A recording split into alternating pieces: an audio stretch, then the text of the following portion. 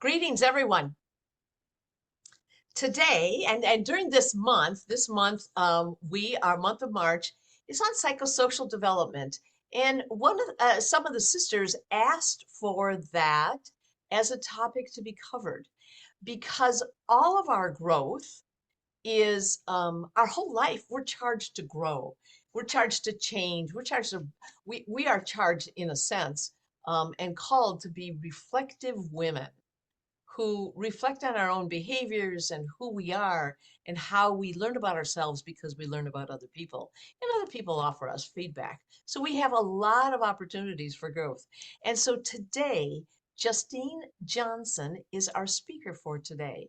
And so she's talking today about the psychosocial development side, and that would be accountability and how it's an invitation for growth. So at this point, Justine, and she is one of the co-workers at the United States Mother House. And so she is the executive director of diversity, equity, and inclusion. So she works with all of us and helps us to grow with the understanding of recognizing God in each other. So at this point, Justine, we are so glad that you're here. Welcome. And now I turn it over to you. Wonderful. Thank you so much, Sister Michelle. I'm grateful to be here recording this session, to be invited into this topic, and to be with all of you today.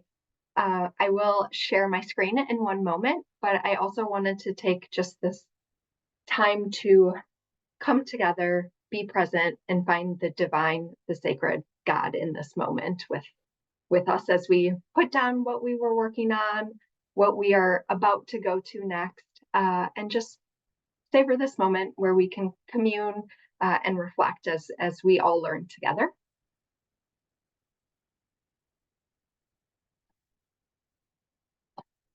All right, Sister Michelle, do you see my screen? I do see your screen. Accountability. Perfect, wonderful. So I have a couple slides to use to keep me accountable to the topic. Sister Michelle had asked me, is this kind of in my wheelhouse, working on diversity, equity, and inclusion? And it absolutely is. And it's something I practice as well as a professional, as a human. So we're going to have this invitation for what accountability means to you. Why I'm honored to talk about this is because I truly believe accountability, even though it sounds like a technical term, it's spiritual work, it's sacred work that we do internally and as a community. I also know that the poor handmaids, we have it in the American, at the Mother House in the United States, as part of our value statements of community. And it states, we believe in the vision of communities in communion with one another.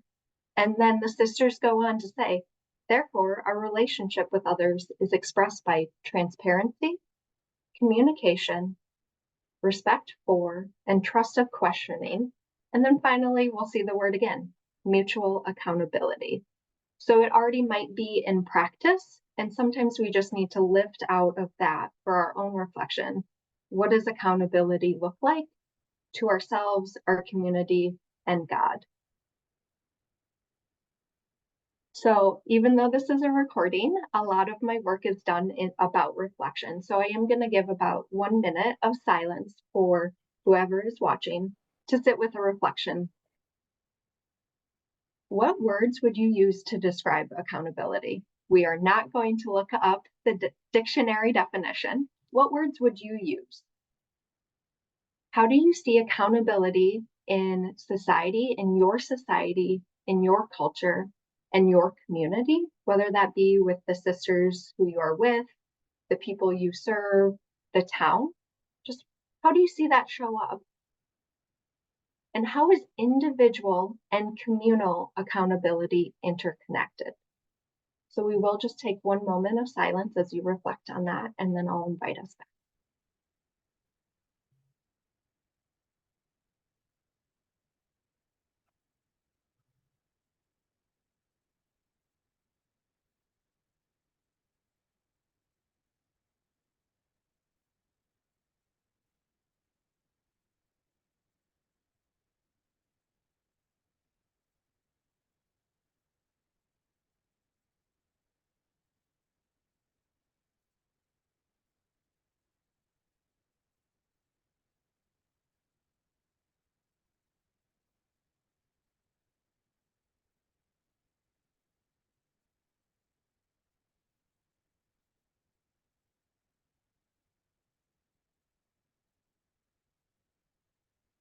So, welcome back if you can hear my voice. Each of these questions can be its own session, mini session, a prompt for community to engage with. And I'll also end with these questions. Maybe there's a new answer after I've talked for a bit. I also want to give a little bit of history and maybe why I'm giving this presentation. In the United States specifically, there has been, I think it's become a buzzword, but it has the term accountability, the work of accountability has a long history, specifically in the violence prevention movement. So whether that's domestic violence, murder, genocide, violence prevention has talked about holding people accountable for their actions. And this is where I first learned about it. I was working as a domestic violence prevention advocate in the United States, but I've also done that work in Kyrgyzstan and Ireland. So a little bit of international connection to see how does it show up differently.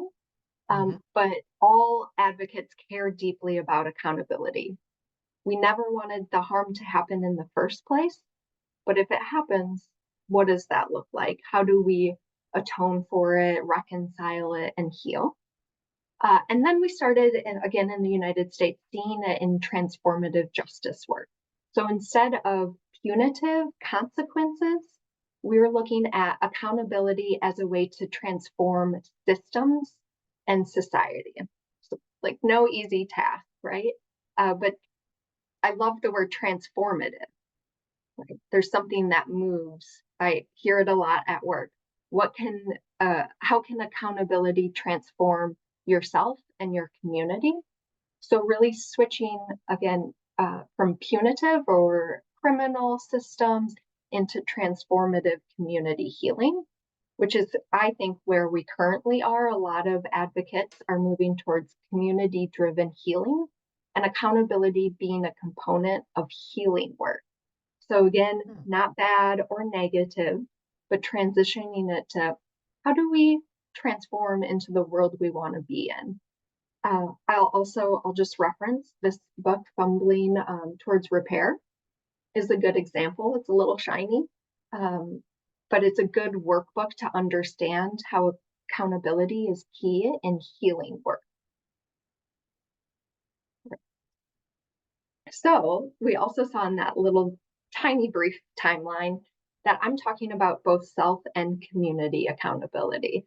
They are distinct, but they feed into each other, they loop back, and you can do one without the other, but that's really not healing, and it's not really within a collective. So if you spend all of your time on self accountability, your internal landscape is what I call it, without holding each other in accountability, there isn't really much kind of external growth. And if your community is constantly holding each other accountable without an opportunity to reflect inward, there isn't personal growth. So they go hand in hand. Hmm. I will spend most of the time talking about self accountability, as I think it kind of holds the pillars of um, the poor handmaids, how you engage as an individual, but also kind of this accountability to larger systems and God. Okay. Connie Burke, someone who works a lot in accountability, I love how easy this definition is for me. It's an internal resource, right? For recognizing and redressing the harms we have caused to ourselves and others. The word harm might seem pretty abrasive or thinking like very dramatic or at one end of a continuum, but we can also talk about things we just didn't know until someone invites us in to know more. And then we internally check ourselves. So instead of it being shameful, which I'll talk about, accountability is a beautiful resource and it's a growth point, kind of this conversation. It's a personal growth point because it's a practice. We all need practice in accountability, and we need peers to help us in that as well. So I wrote, it's a muscle to continuously strengthen. You won't leave this webinar and be like, great, I am good. I am done with accountability. It is a constant practice individually and communally.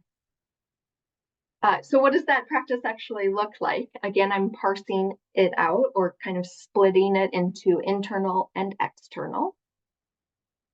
Taking accountability really means honoring who you are and aligning your values to that.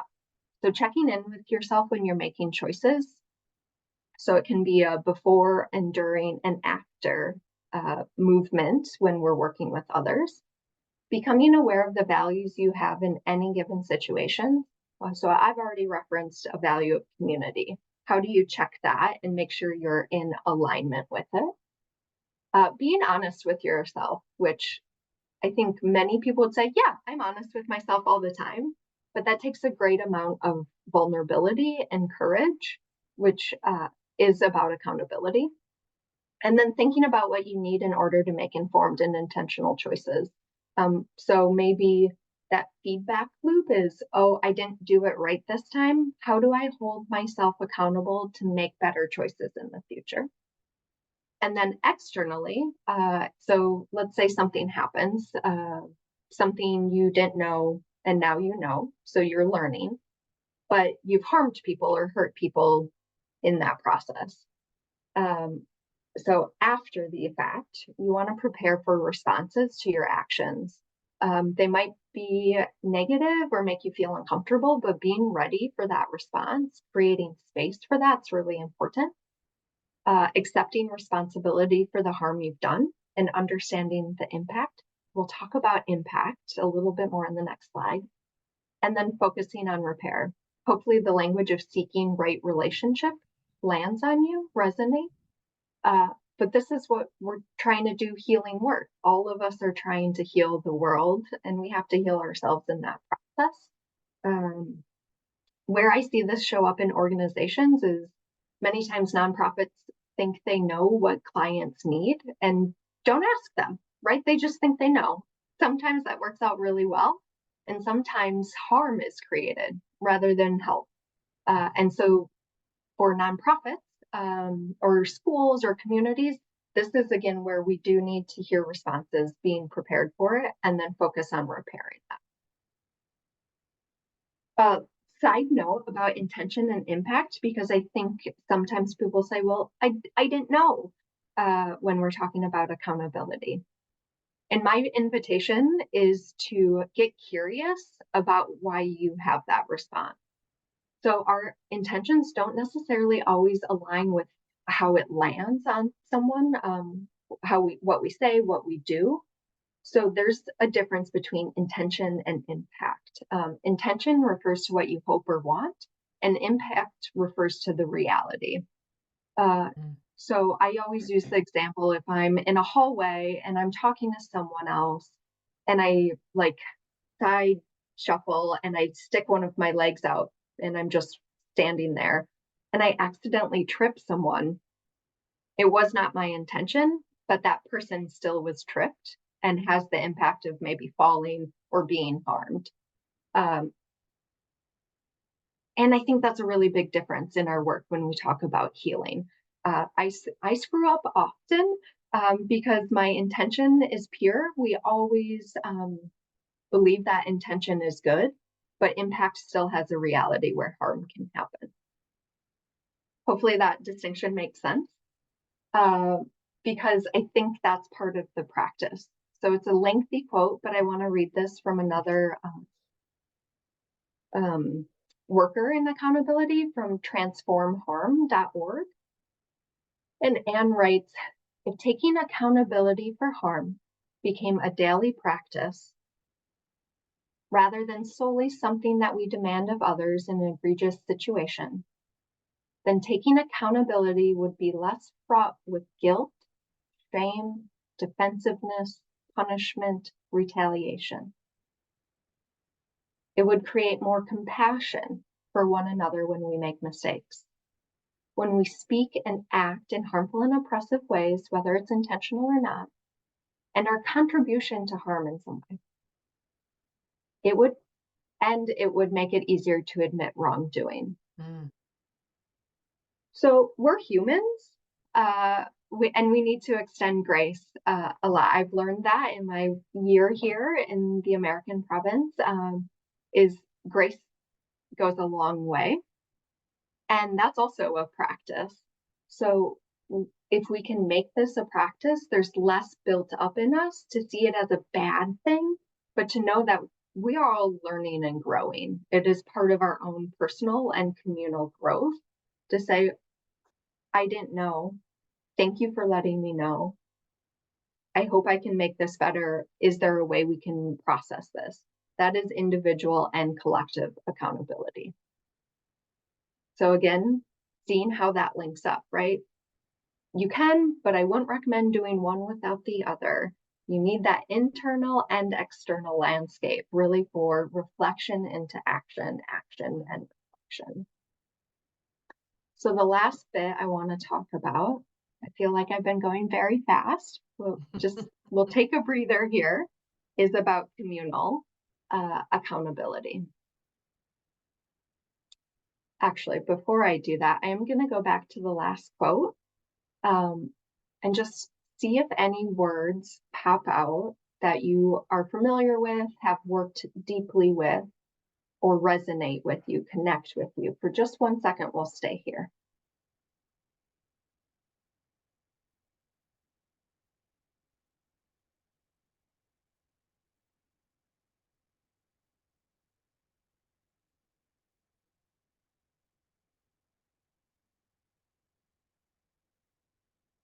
Think when people read or experience the feelings of guilt, shame, defensiveness, those are seen as negative feelings that you don't want.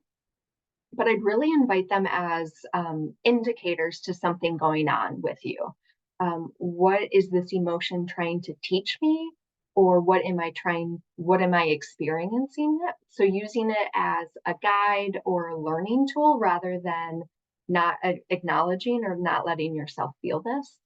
And I even think about like, if there's wrongdoing, that means that there is right doing. It doesn't always have to stay wrong, that there is an opportunity for rightness, right relationship with yourself and another person. So finally, just a note about community accountability, whoever your community is. It is a process which a community can work together, and this takes time, but develop ways to reduce and respond to harm. So you need willing participants, people who are ready to engage in this work. You cannot force accountability in a community. So you need people who are volunteering or taking initiative to actively develop ways to reduce or respond to harm.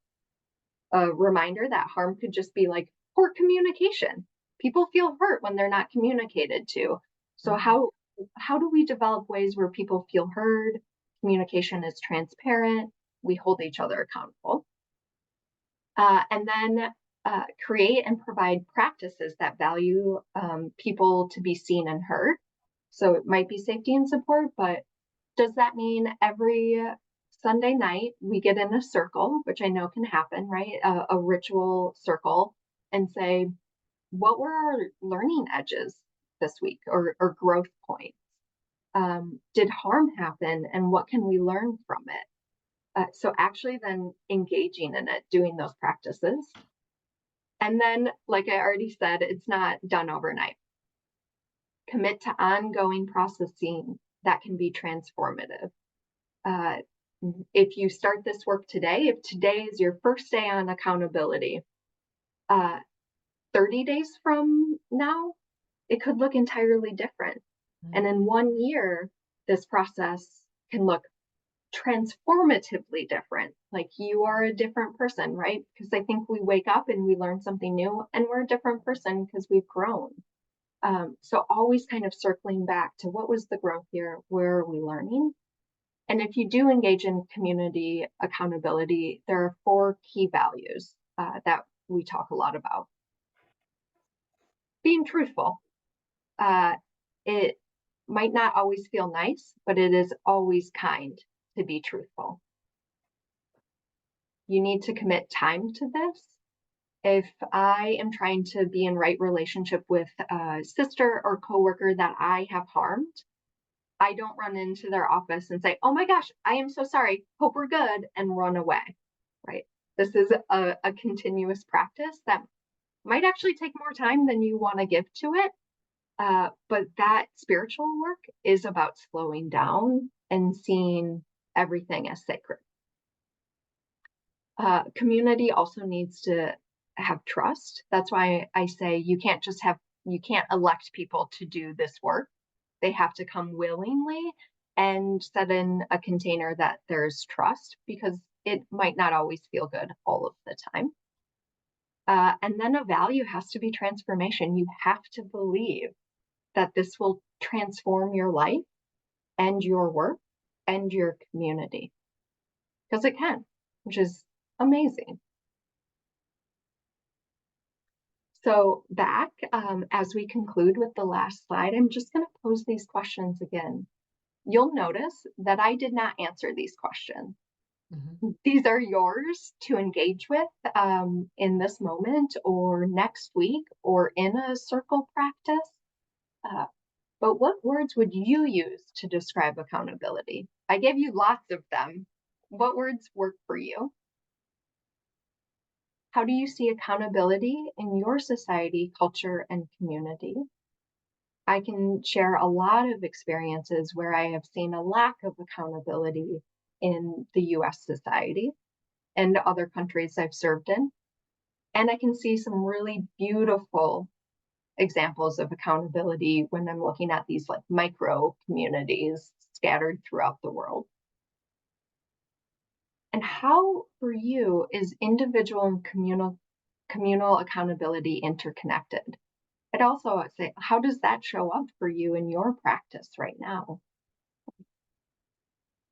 So I'll give just a moment, not a full minute, a moment of silence, and then we'll close out.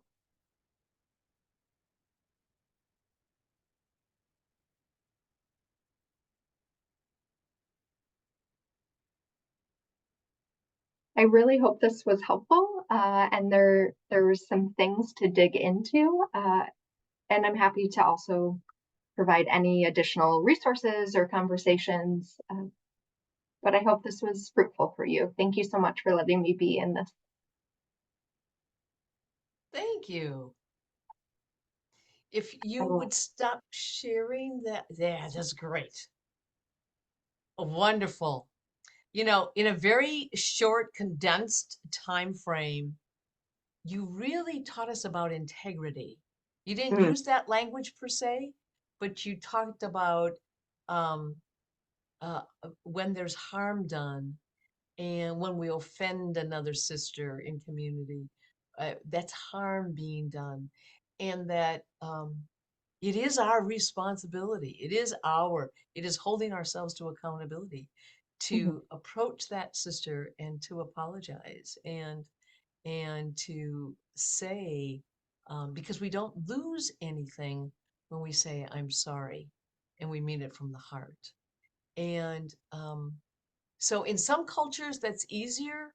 In some cultures, it's a little more difficult to say that. But I think as human beings, I think you put in there, if we would continue to practice with that quote, if mhm, we would practice this every day, it would move ourselves in self accountability from this is really difficult to do to something that's much more normalized yeah. and not as difficult Mhm, and doesn't create such emotion from us and within us. mhm, So thank you so much. That has really helped us, Justine. And it's it's a presentation that every single one of us needs to think about. Especially, it's great that it's coming during Lent. This whole time is mhm, is psychosocial development is coming during Lent, and it gives us pause. It gives us something to think about. And so, thank you so much for doing this with us today. We are so grateful. And then that ends our recording for today.